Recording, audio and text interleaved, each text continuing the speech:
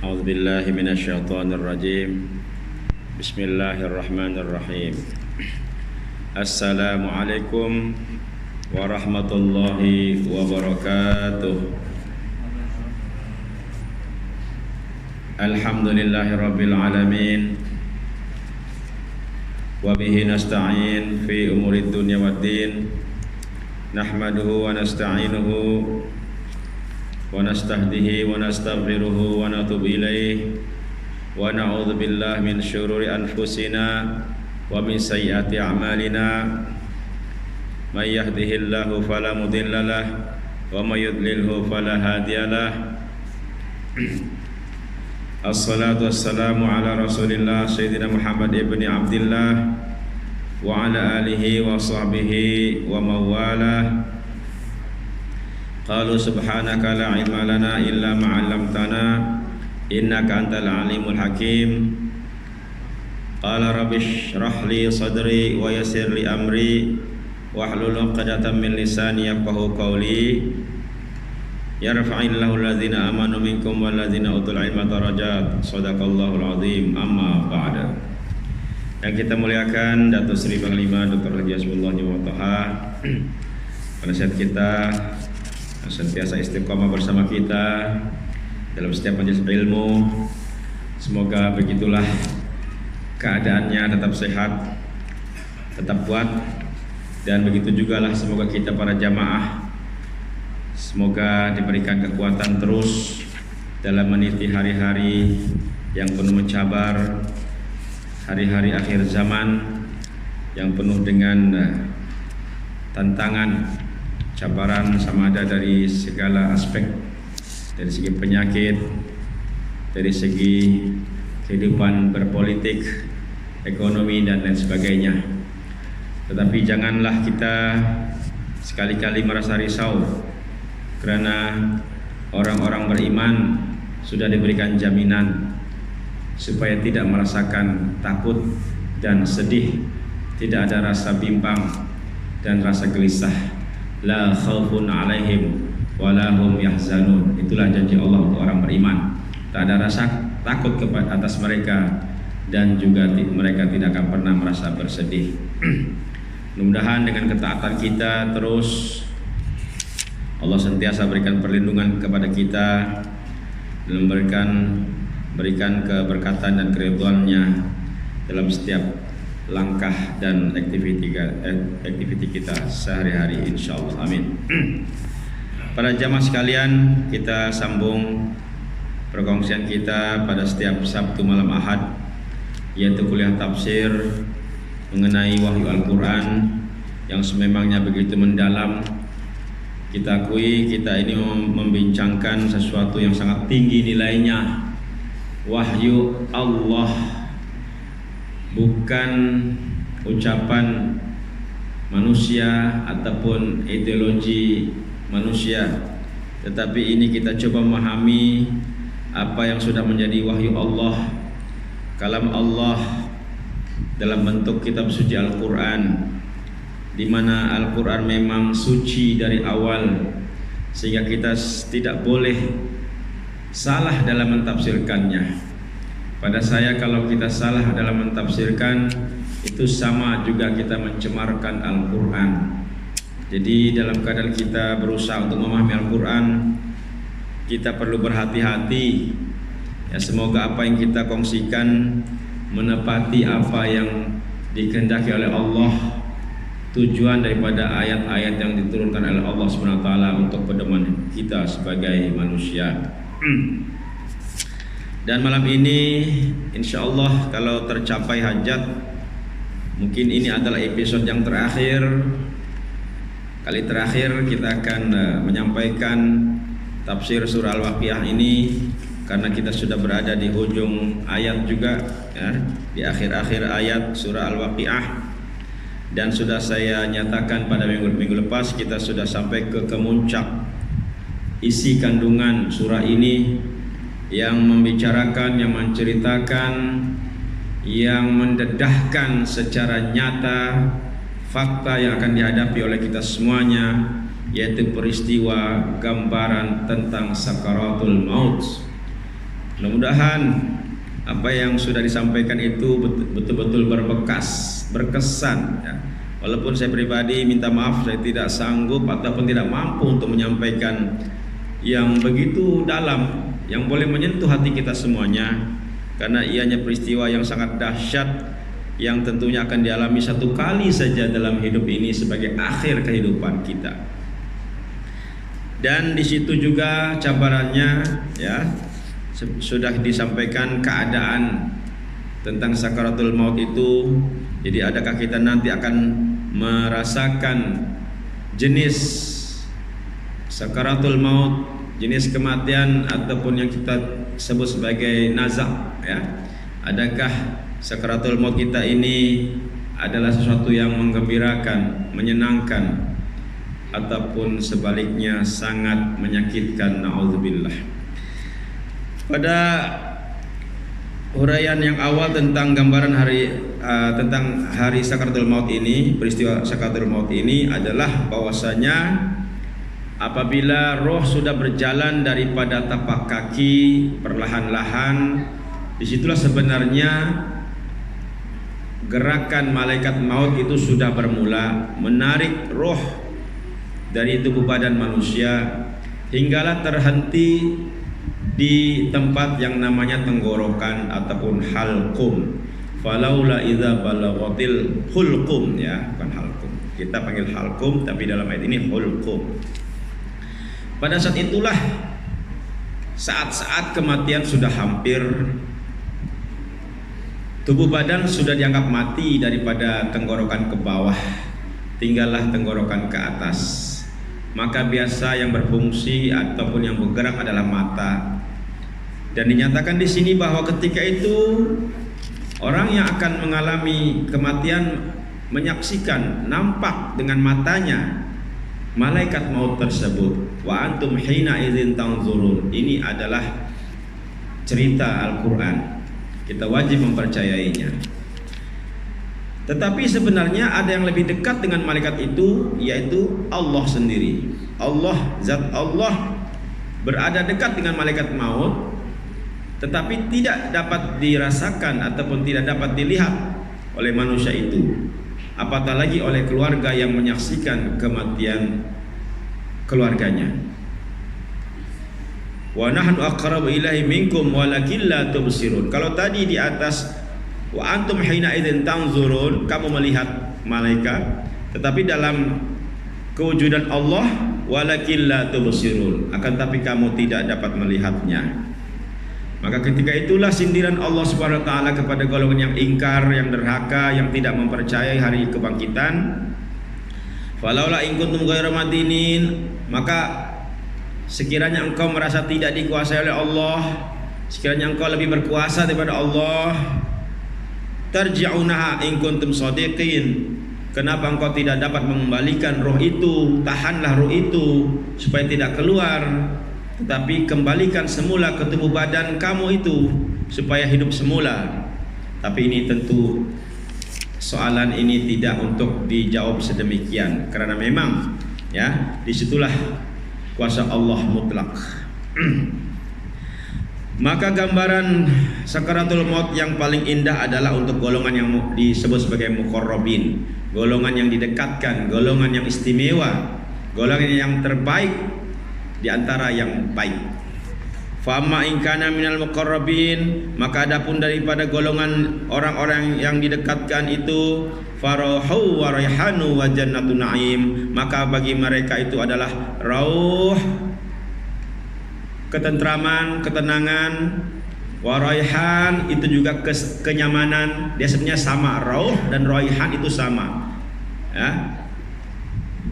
Dekat artinya dengan bahasa Melayu yaitu rehat ya, direhatkan, maknanya ditenangkan.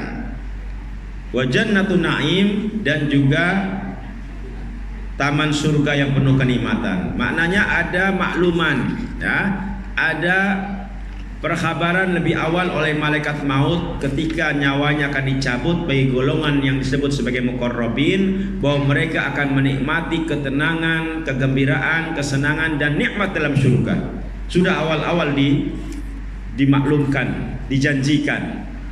Makanya Kematian yang sedemikian begitu menyenangkan sehingga dizahirkan dalam fisikalnya juga, ya, mati dalam keadaan tersenyum, ya, dalam penuh ridha. Itu untuk golongan muqarrabin. Baik, kita teruskan seterusnya untuk ayat berikutnya.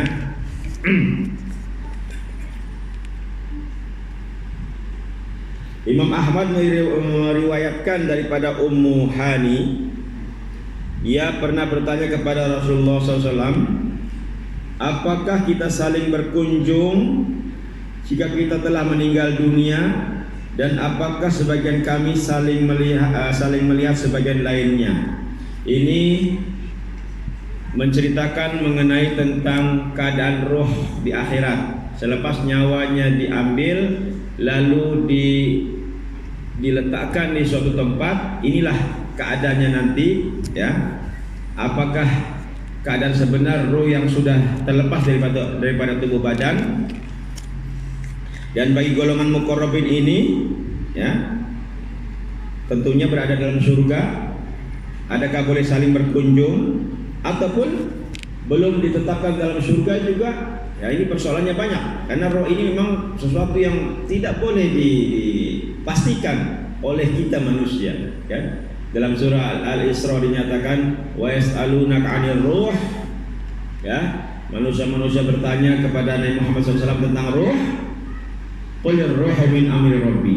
Roh itu adalah urusan Tuhanku, urusan Allah, ya. Manusia tidak dapat untuk mengenal pasti kedudukan roh, tapi melalui hadis daripada Rasulullah SAW kita dapat gambaran. Apakah jawaban Rasul tentang soalan itu? Adakah roh boleh saling melawat, saling bertemu? Baginda Nabi SAW bersabda, takunun nasamu tayran ta'luqu bisyajari hatta idza kana yaumul qiyamah dakhalat kullu nafsin fi jasadiha. Ruh ataupun nyawa itu akan menjadi seekor burung yang hinggap pada sebatang pokok, sehingga jika hari kiamat tiba maka setiap jiwa akan masuk ke dalam jasadnya. Jadi roh yang sudah diambil lebih awal sebelum hari kiamat, jasad dikubur dalam kubur, tetapi roh itu berada di suatu alam di mana roh itu menjadi seperti seekor burung.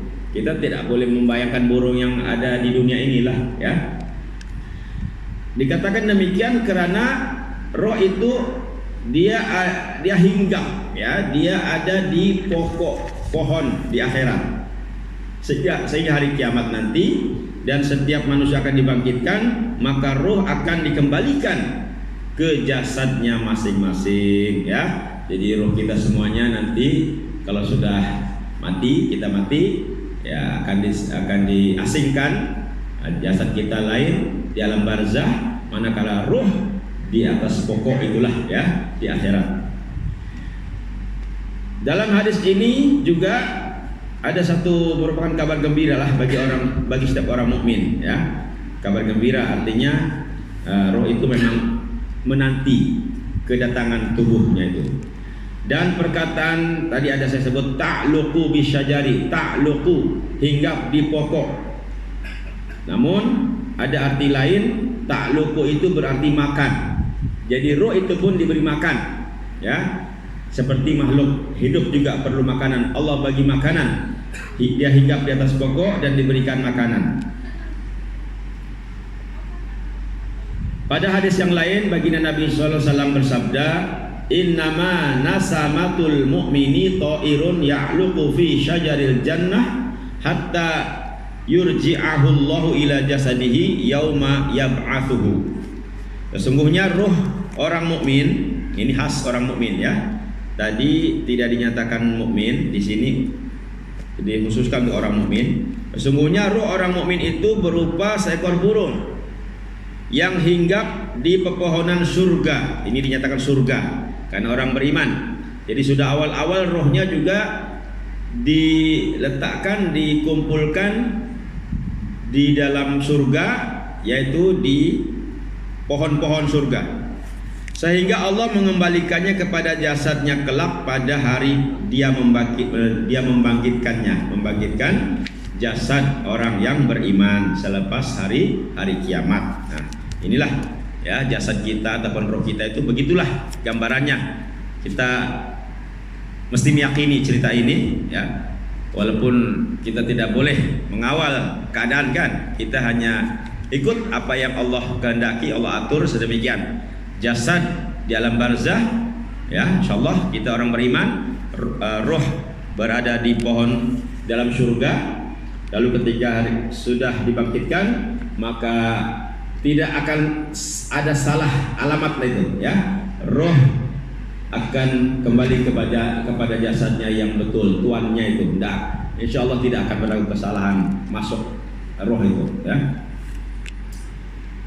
Sekarang persoalannya satu lagi ialah roh orang-orang syuhada. Apa pula cerita mengenai nyawanya orang-orang yang syahid ya. Yang syahid ini kan lain lagi ceritanya. Kalau tadi itu orang-orang soleh yang menunggu hari kebangkitan.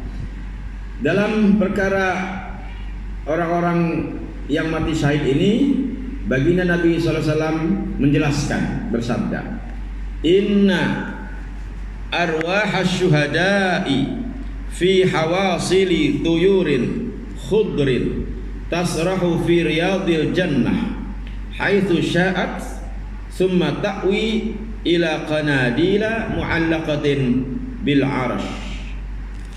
Sesungguhnya roh-roh para syuhada, yaitu orang-orang yang mati syahid, berada di dalam perut burung hijau. Nah, ini benda yang gaib dalam surga ya. Kita tidak perlu berimajinasi. Inilah dia punya cerita ya. Dalam surga ada burung hijau ya. Jadi disitulah tempat roh para syuhada berada dalam perut burung hijau yang berterbangan di taman-taman surga. Jadi spesial untuk roh para syuhada ini, dia tidak hinggap di pokok. Dia tidak diletakkan di pokok, tapi aktif. Burung itu aktif, terbang, dan roh itu ada dalam perut burung hijau ya, burungnya spesial warna hijau. Kalau yang tadi itu tidak dinyatakanlah warna apa ya. Ini untuk golongan syuhada, burung berwarna hijau, perutnya menyimpan roh para syuhada ya, berterbangan sekehendak hatinya itu. Di sini nyatakan haitsu sya'at, sesuka hati dia terbang. Mungkin karena apa? Karena merasa riang ya, merasa suka hati dia. Karena dia memang ya roh ini, golongan ini sudah tentu diutamakan berada dalam surga. Berterbangan sesuka hati dalam surga, kemudian kembali ke pelita-pelita yang bergelantungan di arasy. Burung itu kembali ke pelita-pelita dalam lampu-lampu sana di arasy ya. Masya Allah, kita membayangkan ini macam cerita dongeng, macam cerita apa kan ya. Ini adalah cerita yang memang kita tidak sampai untuk memahaminya, karena ini adalah kenikmatan surga ya, kenikmatan surga yang kita tak boleh membayangkannya lah, tak sampai untuk membayangkannya. Tapi ini menunjukkan betapa spesialnya, istimewanya golongan para syuhada, sehingga rohnya pun sudah diistimewakan di dalam surga. Ini adalah berdasarkan hadis yang disampaikan ya, ada dia punya sanad sahih ya, ada dia punya riwayat juga, semuanya sahih. Jadi ini adalah riwayat yang dapat dipercayai. Ini juga diriwayatkan oleh Imam Ahmad. Jamaah sekalian, seterusnya kita melihat apa yang dinyatakan oleh Hammam. Ya, ini daripada Imam Ahmad juga meriwayatkan bahwa Affan memberitahu kami, Hammam memberitahu kami, hari pertama kali di mana aku mengetahui ya, Abdurrahman bin Abi Laila, ini cerita sahabat lah ya, yang melihat orang yang sudah tua dengan rambut dan jenggot yang memutih di atas keldai mengikuti jenazah. Ini cerita sahabat dalam suasana mengiringi jenazah. Lalu aku mendengar dia berkata, aku diberitahu oleh Fulan bin Fulan yang mendengar bahwa Rasulullah SAW bersabda dalam peristiwa sahabat mengantar jenazah, ada satu sahabat, ya, tidak dinyatakan namanya, menyampaikan tentang sabda Nabi mengenai kematian. Apakah Nabi bersabda, man ahabba liqa Allah ahabballaha liqa'ahu wa man kariha liqa Allah karihallahu liqa'ahu. Barang siapa yang menyukai pertemuan dengan Allah, ya maknanya pertemuan itu kematian lah kan. Barang siapa yang menyukai pertemuan dengan Allah, maka Allah menyukai pertemuan dengannya. Dan barang siapa yang membenci pertemuan dengan Allah, maka Allah pun membenci pertemuan dengannya. Ini boleh dipahami ya. Jadi untuk soal kematian ini, kalau kita suka dengan kematian karena kita ingin bertemu dengan Allah, begitulah Allah juga ingin bertemu dengan kita. Tetapi kalau kita takut mati karena takut bertemu dengan Allah, ya, kita benci pertemuan dengan Allah, maka Allah juga benci pertemuan dengan kita. Artinya Allah murka kepada mereka yang membenci kematian. Kemudian ia bercerita lagi. Ini cerita yang dalam ya, tentang rupanya memang ada kaum yang merasa antara dua lah, suka mati atau tidak suka mati. Mungkin kita pun begitu juga lah, sama ya. Kita masing-masing kalau ditanya ada mana yang baik, suka dengan kematian atau tidak suka dengan kematian. Kita bandingkan dengan apa yang berlaku di zaman sahabat. Ia menceritakan bahwa ada suatu kaum yang menangis, sedang menangis ya. Ketika peristiwa kematian itulah sedang menangis. Maka ia bertanya, sahabat itu bertanya, apakah yang menjadikan kalian menangis? Kenapa kamu menangis? Mereka menjawab, sesungguhnya kami membenci kematian. Kaum itu tidak suka dengan kematian. Jadi mereka menangis, takut mereka akan mati seperti kawannya yang mati. Maka ia menjawab, sahabat ini menjawab, bukan itu. Maksudnya jangan menangis. Lalu dia menyampaikan ayat Al-Quran ini, surah Al-Waqiah ini. Sahabat tadi menyampaikan surah Al-Waqiah ini tentang sakaratul maut. Dia bacalah seperti yang kita baca ini.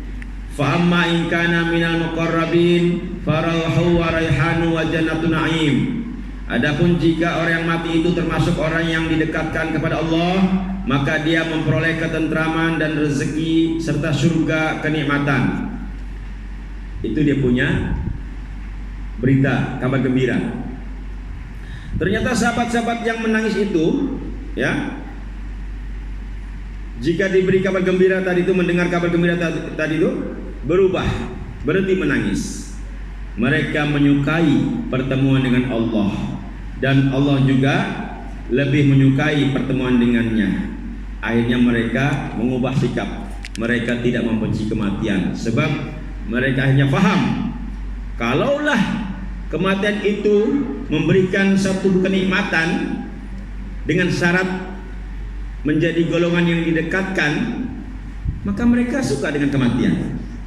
Tapi tentu bukan hanya suka lah, berusaha untuk menjadi golongan tersebut, golongan muqarrabin. Jadi ini kita ambil sikap sedemikian. Secara jujur kita semua takut mati. Ya, kita semua, yalah, kita mungkin tidak bersedia, dosa masih banyak, dosa belum diampunkan, belum bertaubat, mungkin ada hutang lagi. Tambah lagi mungkin kalau yang membayangkan alam kubur macam mana kan. Semua ada ketakutan. Tapi diharapkan dengan ayat ini, fa amma in kana minal muqarrabin farahu wa raihan wa jannatun na'im, timbul motivasi untuk tidak takut dengan kematian, tapi dengan syarat berusaha, ya, beribadah untuk menjadi golongan yang didekatkan kepada Allah. Ini tentu bukan juga usaha yang kecil, ya, mesti dengan penuh kesungguhan. Kemudian sahabat itu pun meneruskan penjelasan tentang sakaratul maut, karena kan tadi bukan habis di situ. Walaupun kita belum habis ya sebenarnya, tapi ini didahuluilah oleh cerita sahabat ini. Disambung dengan ayat berikutnya, wa amma in kana minal mukadzibin ad-dhalin. Ini sebenarnya melompat ini, ya. Ada di tengah-tengah dia tuh wa amma in kana minas sabil yamin, tapi sahabat tidak menyebutkan itu. Sahabat melompat ayatnya. Ayat keberapa itu saya belum cek lagi ya. Dia melompatlah dalam 2 ayat lebih kurang. Wa amma in kana minal mukadzibin ad-dhalin fanuzulun min hamim wa tasliyatul jahim. Dan adapun jika dia termasuk golongan orang yang mendustakan lagi sesat, maknanya golongan yang ingkar, untuk golongan orang-orang kafir yang ingkar, mendustakan lagi sesat, maka dia mendapat fanuzulun min hamim, hidangan air yang mendidih, maknanya diseksa. Dan itu sudah dimaklumkan ketika nyawanya dicabut, akan diberi hidangan dengan hidangan yang mendidih dan dibakar dalam neraka, watasliyatul jahim, dan dibakar dalam neraka. Itu sudah dimaklumkan juga ketika nyawanya dicabut. Jadi penjelasannya, dan jika ia diberi kabar tentang hal tersebut, jadi apa yang berlaku dalam orang kampung tuh, kaum yang tadi menangis kemudian berhenti, ya, suka dengan kematian, tapi mendengar ayat yang ini lagi mereka mengubah sikap. Sikapnya apa? Mereka pun membenci pertemuan dengan Allah. Maka tentu Allah membenci dengan pertemuan dengan mereka. Ya, artinya ayat ini justru menyebabkan orang takut dengan mati. Nah, ini tentu sikap yang salah juga, ya. Tapi kaum tersebut dia berubah. Mendengar adanya nikmat kematian, mereka suka dengan kematian. Mendengar adanya siksa kematian, mereka agak suka dengan kematian. Ya, ini adalah satu perbandingan. Tapi bagi kita, ayat yang mengancam, ya, untuk golongan yang ingkar ini, bahwa mereka akan diberikan hidangan yang panas dan dibakar dalam api neraka, tentu ini menyebabkan kita mesti bersikap berhati-hati dan berusaha untuk tidak menjadi golongan yang disebutkan ini, golongan al-mukadzibin ad-dhalin, orang-orang yang mendustakan lagi sesat. Hadis ini diriwayatkan oleh Imam Ahmad, ya, ada dalam kitab Sahih, ya, Sahih Imam Ahmad. Jadi hadis ini adalah sahih yang kita ambil sebagai petunjuk untuk kita bersedia menghadapi kematian. Baik, itu adalah tentang hadis ataupun tentang cerita mengenai para sahabat yang sebenarnya buku ini belum sampai ke ayat yang berikutnya. Jadi sekarang kita teruskan ayat yang ke-90, ya. Tadi 89 mengenai balasan bagi orang yang didekatkan ataupun gambaran kematian untuk orang yang didekatkan. Sekarang kita masuk ke ayat nomor 90 bagi golongan kanan pula. Wa amma in kana min ashabil yamin,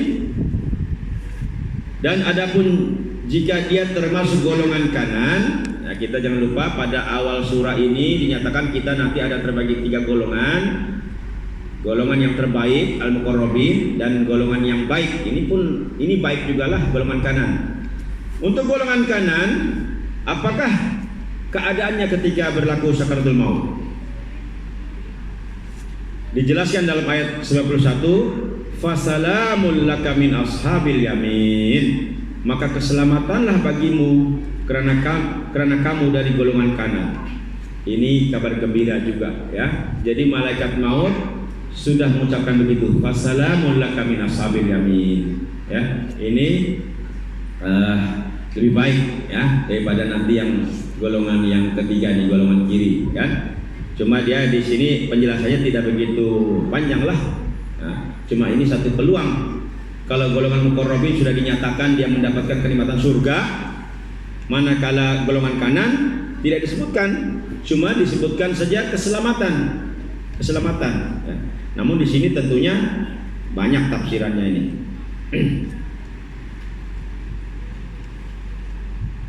Jadi para malaikat menyampaikan salam tersebut kepada mereka, keselamatan bagimu. Dengan kata lain, tidak ada larangan bagi kalian, engkau menuju kepada keselamatan, engkau termasuk golongan kanan. Jadi tidak ada hal sudah nyatakan fasalamu laka minasabil yamin, tidak ada hal sudah.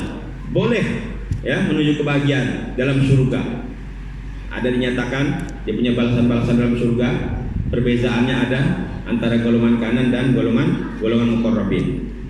Qatadah dan Ibnu Zaid berkata, maksudnya keselamatan adalah selamat daripada azab Allah, dan disampaikan keselamatan kepadanya oleh para malaikat Allah.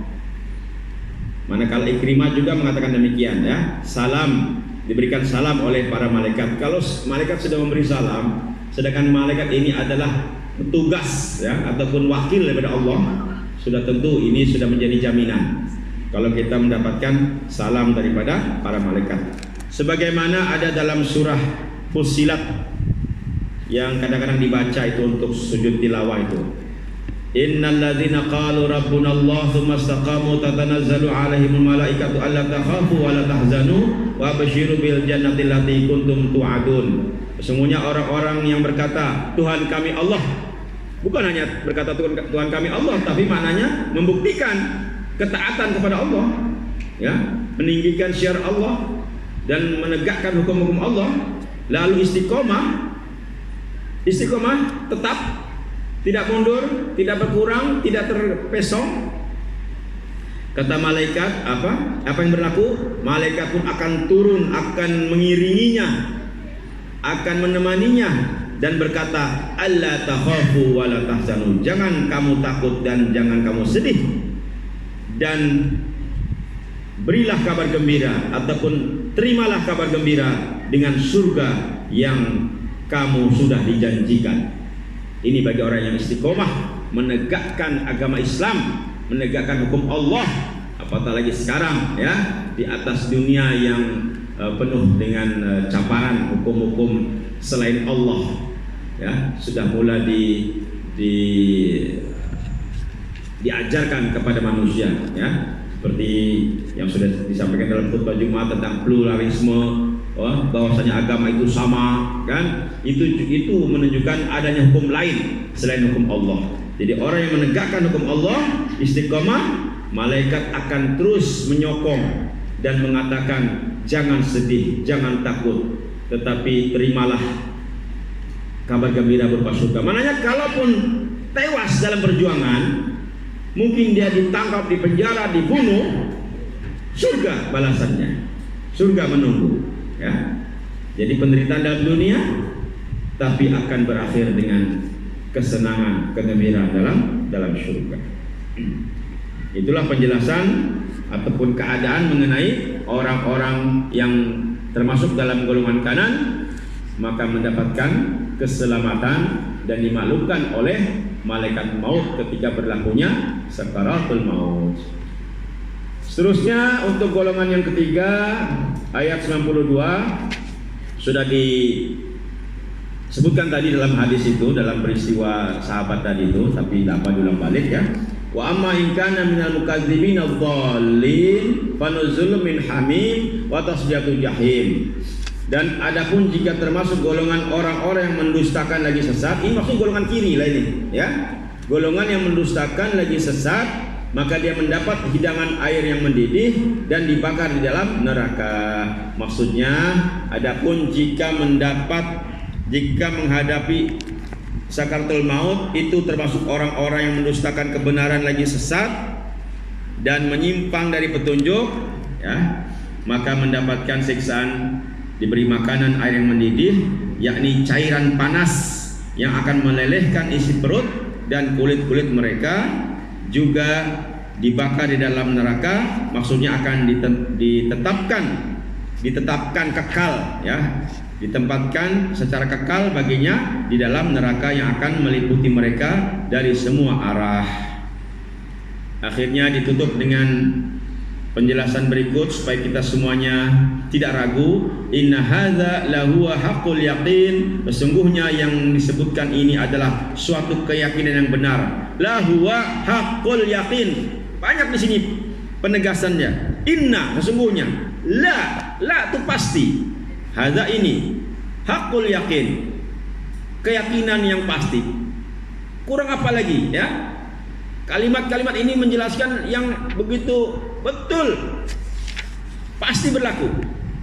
Tapi manusia masih juga ambil ringan.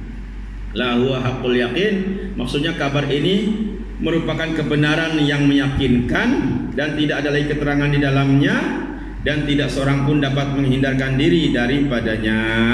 Akhirnya ayat terakhir surah Al-Waqiah, supaya kita semuanya merasa redha, terima dengan semua cerita ini, ya, tidak terlampau teruja, tidak terlampau ketakutan.